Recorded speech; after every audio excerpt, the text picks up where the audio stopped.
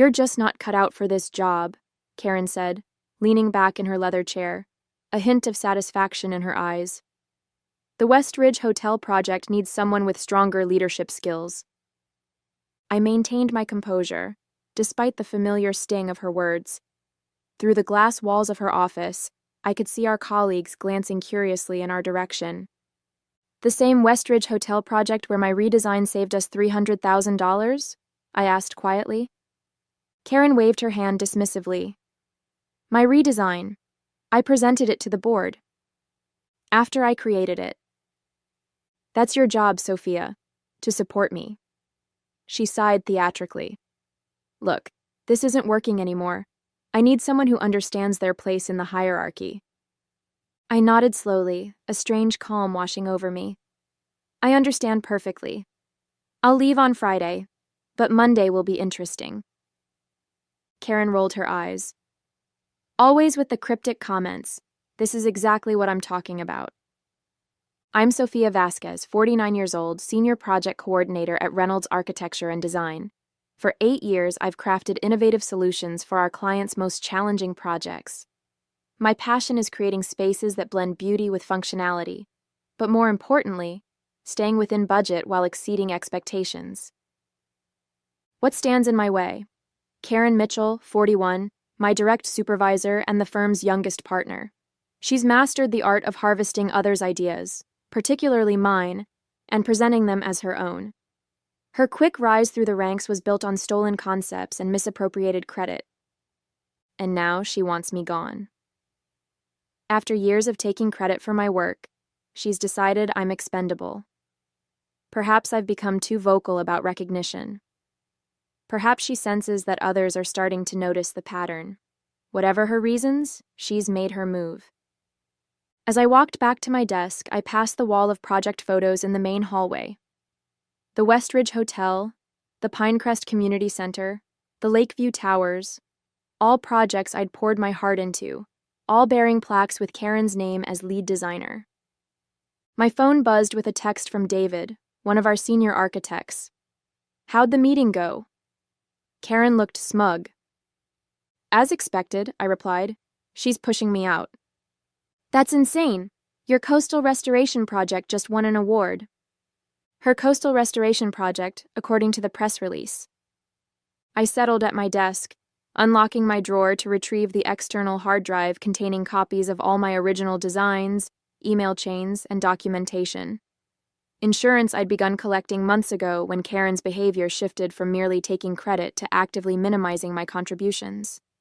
My desk phone rang, our receptionist's extension. "Sophia, there's someone from Archer and Hayes in the lobby asking for you. Says it's about the consultation you did for them." I froze. I'd never done any work for Archer and Hayes, our biggest competitor. "I'll be right down." As I rode the elevator, a sinking feeling settled in my stomach. This wasn't just about Karen taking credit anymore. Something else was happening. Something worse than I'd realized. I've spent 27 years in architecture and design. Starting as a drafting assistant in New York, I worked my way through increasingly complex projects while raising my daughter as a single mother.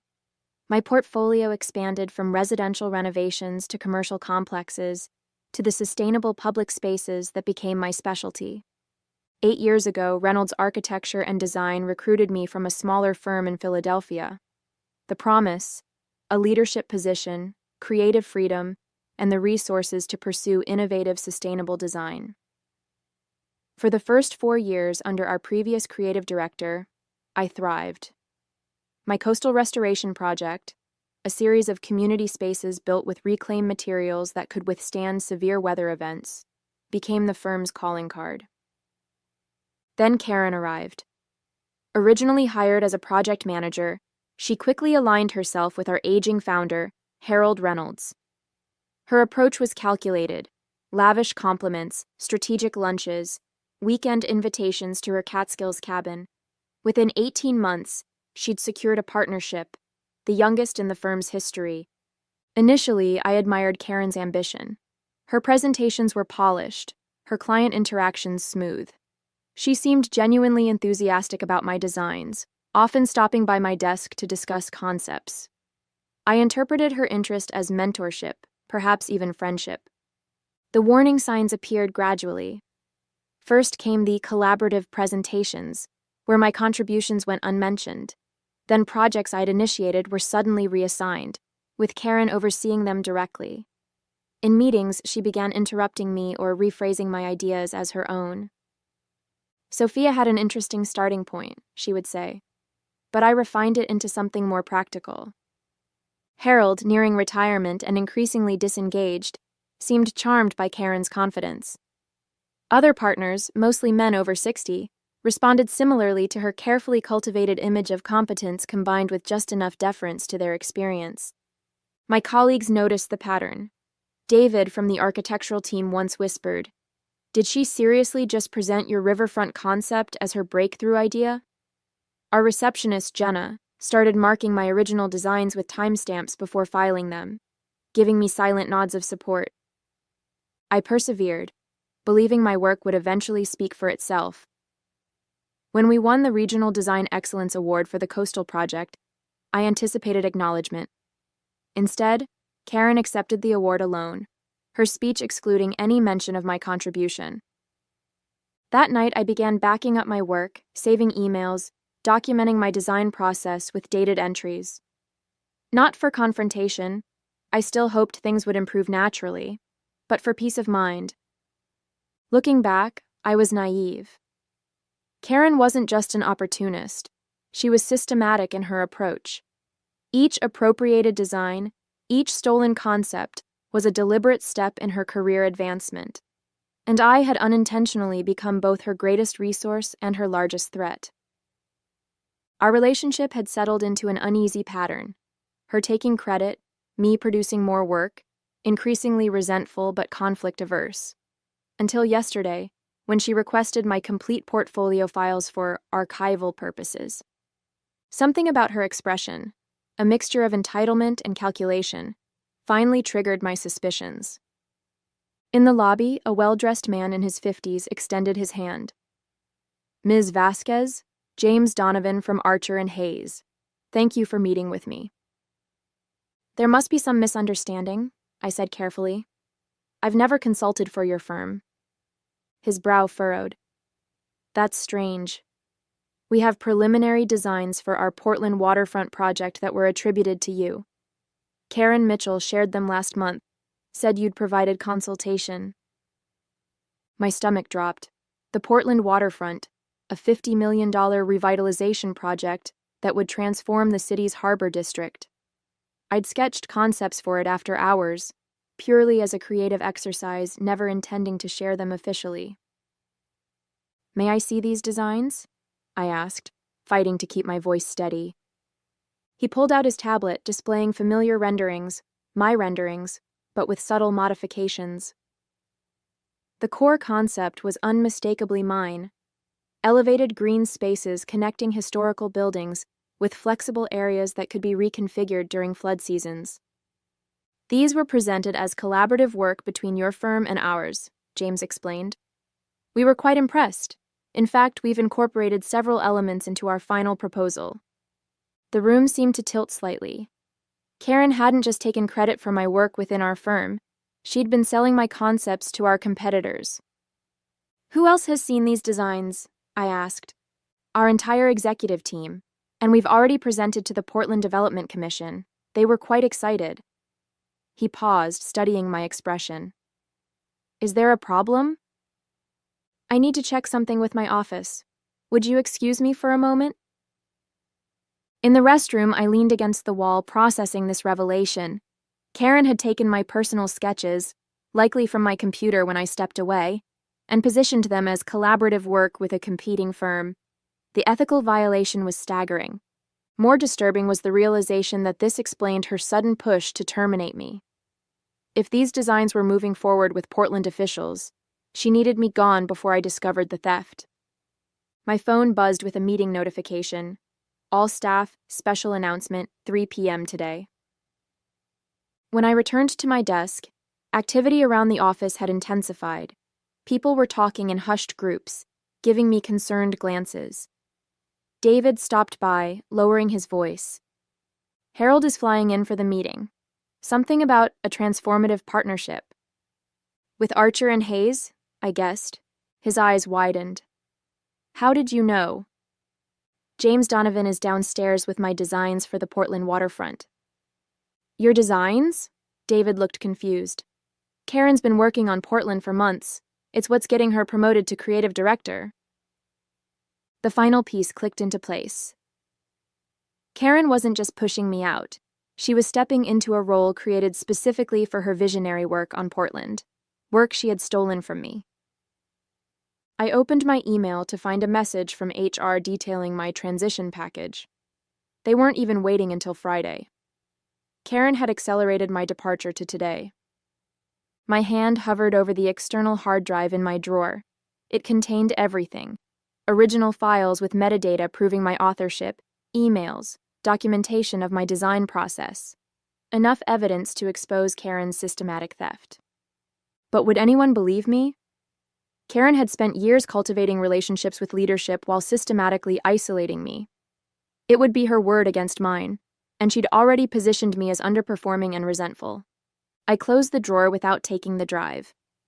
I needed time to think, to plan my next steps carefully. This wasn't just about credit anymore. It was about professional ethics, potentially legal issues, and my entire career. The conference room filled quickly for the 3 p.m. meeting. I chose a seat near the back, ignoring the whispers and glances. Karen stood at the front beside Harold Reynolds, looking triumphant in a tailored navy suit, the one she reserved for important presentations. Harold cleared his throat. Today marks an exciting new chapter for Reynolds Architecture and Design. We're announcing a strategic partnership with Archer and Hayes for the Portland waterfront revitalization. On the screen behind him appeared my designs, the ones James Donovan had shown me earlier, now branded with both companies' logos. This collaboration, spearheaded by Karen Mitchell, represents the innovative thinking that drives our firm forward, Harold continued. Karen's vision for Portland has already impressed city officials and secured preliminary approval. Karen stepped forward, beaming. Thank you, Harold. This project exemplifies our commitment to sustainable urban renewal. She clicked through my sketches, explaining concepts I'd developed over countless late nights, as if they were her own inspiration. Each slide twisted the knife deeper. To lead this exciting new direction, Harold announced, I'm pleased to name Karen our new creative director, effective immediately. Applause filled the room. Karen accepted the promotion with practiced humility, thanking Harold for his mentorship. Her gaze briefly met mine, a flicker of warning in her eyes. When the presentation ended, I approached Harold. Could I speak with you privately about the Portland project? Of course, Sophia. Let's use my office. Hope sparked. Harold had always been fair, if somewhat detached. Perhaps he'd listen, especially with proof of Karen's misconduct. Karen intercepted us in the hallway. Harold, we should discuss the transition plan for my role. And didn't you have that call with the board at 3:30? Right, yes. He checked his watch. Sophia, can this wait until tomorrow?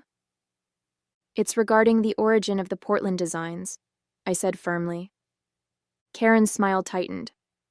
Actually, Harold, that reminds me. There are some concerns about Sophia's performance I've been meaning to discuss. Oh, Harold looked between us. Resource allocation, deadline issues, and some confusion about project ownership. Her implication was clear. She was framing me as the one with ethical problems. Let's address this now, Harold decided, gesturing us both into his office. For 20 minutes, I listened as Karen systematically undermined me. She presented doctored timelines suggesting I'd claimed credit for collaborative work. She referenced performance issues that had never appeared in my reviews. Worst of all, she implied I'd accessed her computer and copied her Portland concepts. That's completely untrue, I finally interrupted. I have proof that... Sophia, Harold sighed. This isn't productive. Karen has documented her concerns thoroughly. Given these issues and the restructuring around our new partnership, we think it's best to accelerate your departure. You're terminating me today? Without investigating her claims? Karen produced a folder. Your separation agreement, standard terms, 2-month severance. We'll need you to clear out your desk by the end of the day. I stared at the document, rage and disbelief warring within me. And if I dispute this? Harold's expression hardened. We have documentation of performance issues going back months. Fighting this would only damage your professional reputation. We both knew what he meant. Karen had been building a case against me, manipulating records to create a narrative of incompetence. Even with my evidence, a legal battle would be messy, public, and potentially career-ending. I understand, I said quietly, taking the folder. Karen smiled sympathetically. I'll help communicate this transition to the team. As I left Harold's office, my phone buzzed with an email notification. Subject: Portland Waterfront Project, confidential. From an address I didn't recognize. I opened it to find detailed information about the Portland project's upcoming phases, timelines, budgets, stakeholder information, along with a message. You should see this. Not write what they're doing to you. A friend. For a moment, I considered forwarding it to Harold as proof of my involvement. Then I realized this wasn't help. It was a trap. If I shared confidential project information, especially after being terminated, Karen could accuse me of corporate espionage. I cleared my desk methodically, packing personal items under the watchful eye of an HR representative. The external hard drive with my evidence went into my bag first. Family photos, design awards, and the small succulent plant my daughter had given me followed. 8 years reduced to a single cardboard box. I'm sorry it ended this way, Jenna whispered as she hugged me goodbye at reception. We all know what really happened. Thank you, I said, touched by her support. Take care of yourself. Outside, I hailed a cab, giving the driver my address before sinking into the back seat. Only then did I allow myself to acknowledge the magnitude of what had happened. My career at Reynolds was over. My reputation potentially damaged. 8 years of work appropriated by someone else. My phone buzzed with texts from concerned colleagues. I silenced it, needing space to think. The separation agreement sat heavily in my bag, its terms simultaneously generous and insulting. 2 months' salary in exchange for my silence and a legally binding admission of inadequate performance. At home, I poured a glass of wine and opened my laptop. First, I backed up all evidence to a secure cloud account. Then I began researching my options, making notes on employment law and intellectual property rights. A knock at my door interrupted my research. Through the peephole, I saw David looking worried. I came to check on you, he said when I opened the door. Things happened so fast today. I invited him in, grateful for friendly company. Karen had it all planned.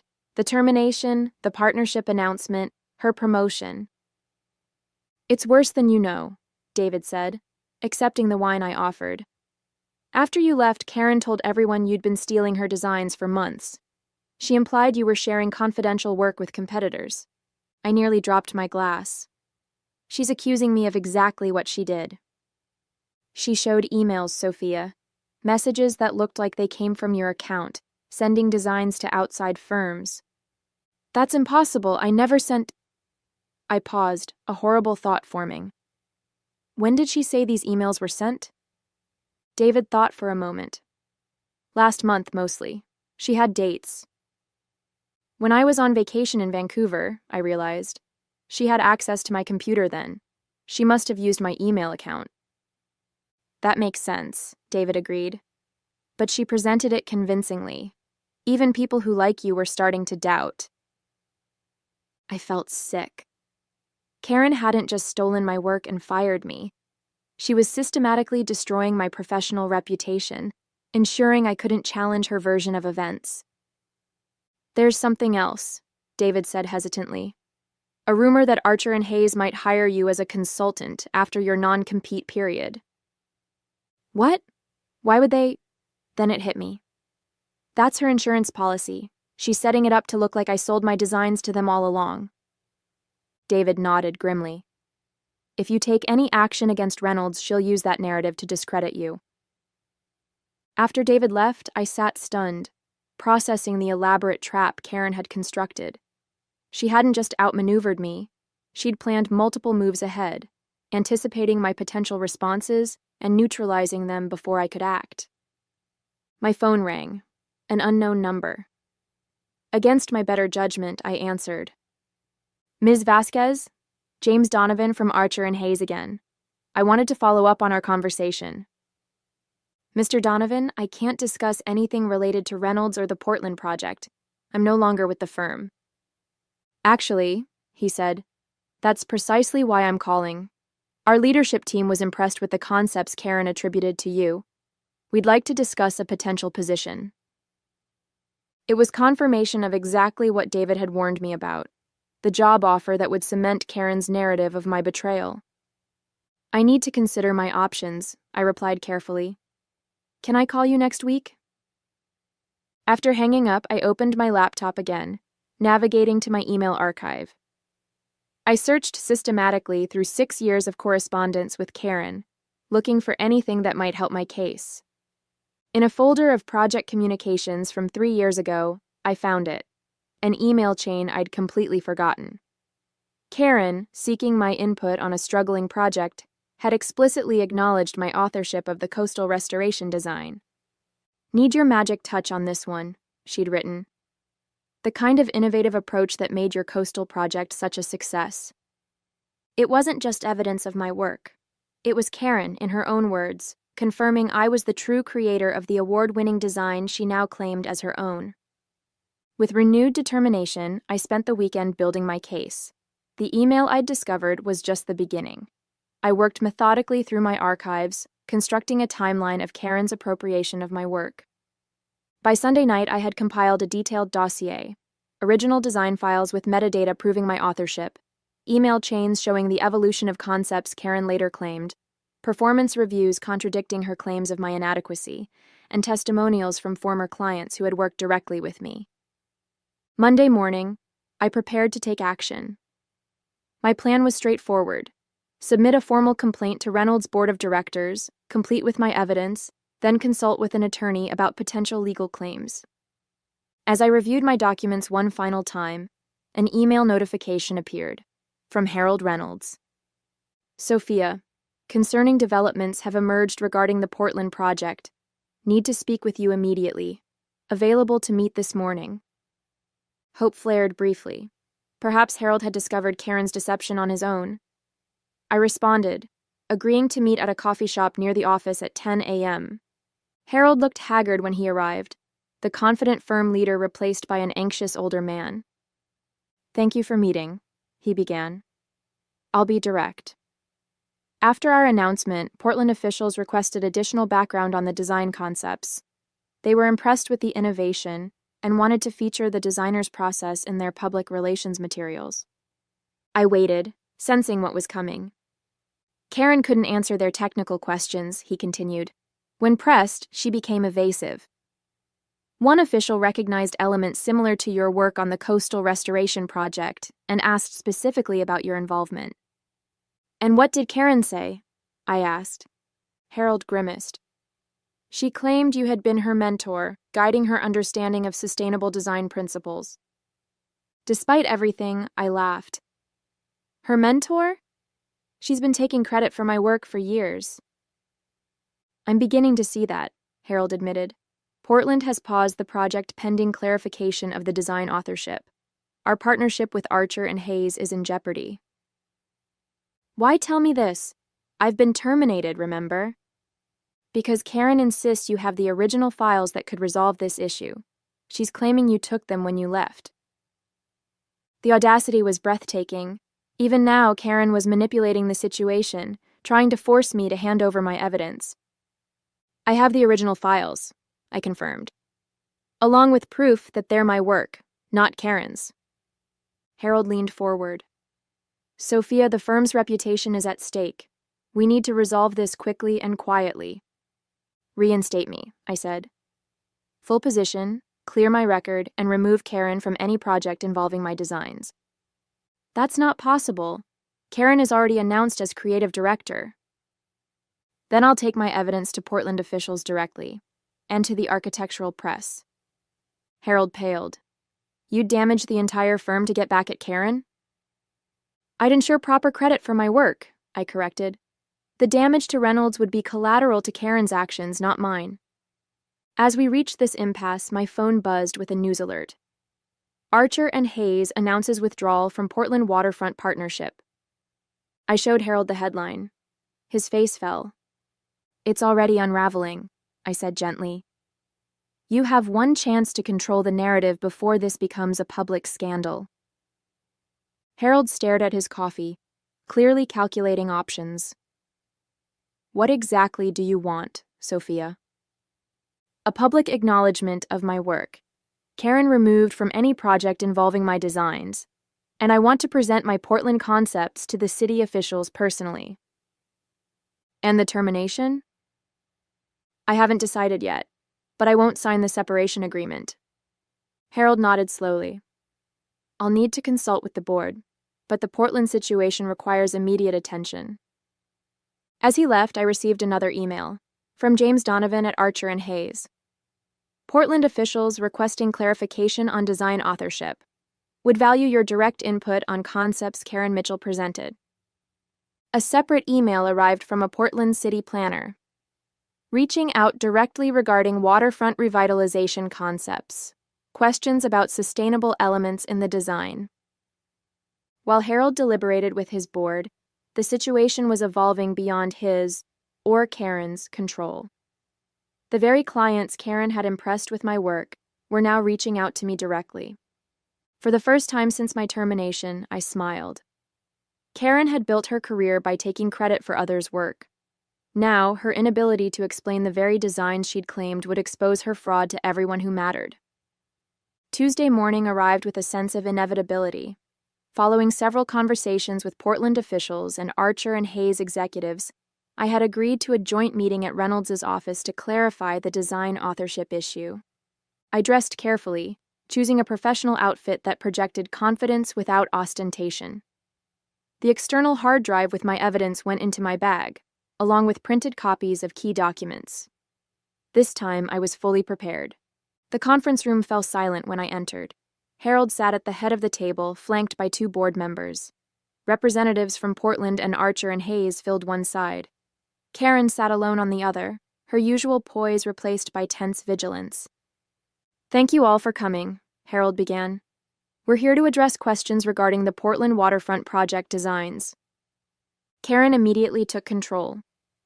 I'd like to start by expressing my disappointment that confusion has arisen about my work.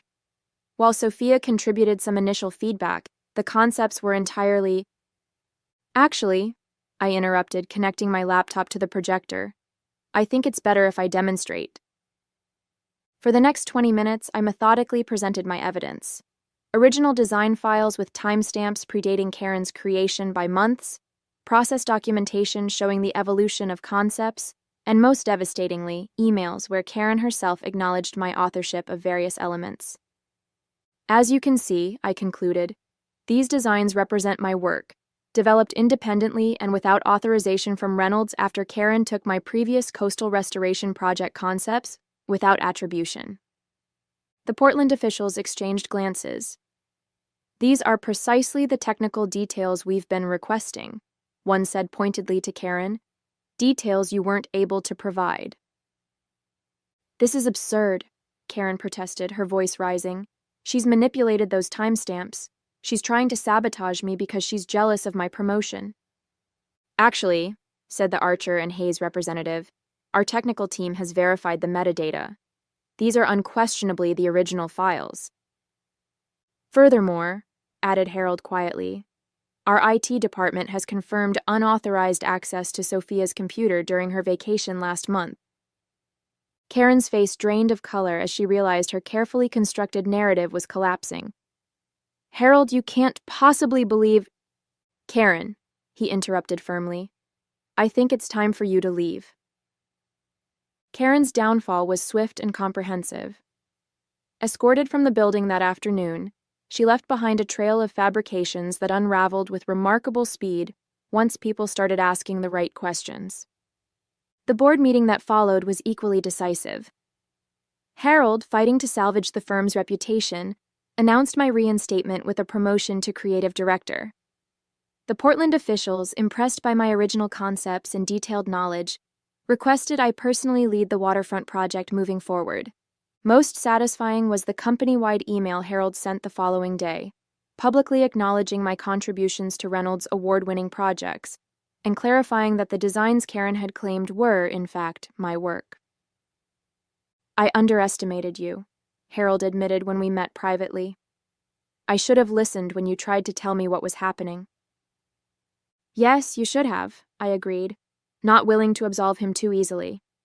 8 years of my work was attributed to someone else while you looked the other way. His chastened expression confirmed he understood the magnitude of his failure. 1 month later, I stood before the Portland Development Commission, presenting my refined vision for their waterfront. The project was back on track, with both Reynolds and Archer and Hayes collaborating under my direction, a partnership that now acknowledged all contributors properly. Karen, meanwhile, had become a cautionary tale in our industry. After 3 other designers came forward with similar stories of appropriated work, her reputation was in tatters. Last I heard, she had left architecture entirely. As for me, my career entered a new phase. The spotlight I'd avoided for years now felt less intimidating. I established clear protocols for design attribution at Reynolds, mentored younger staff, and finally received the recognition my work deserved. "Was it worth it?" my daughter asked over dinner, celebrating my first major project launch as creative director. "All those years of someone else taking credit?" I considered the question, remembering Karen's dismissive words that fateful day. "You're just not cut out for this job." "No," I replied with a smile. "But the vindication at the end, that was definitely worth waiting for."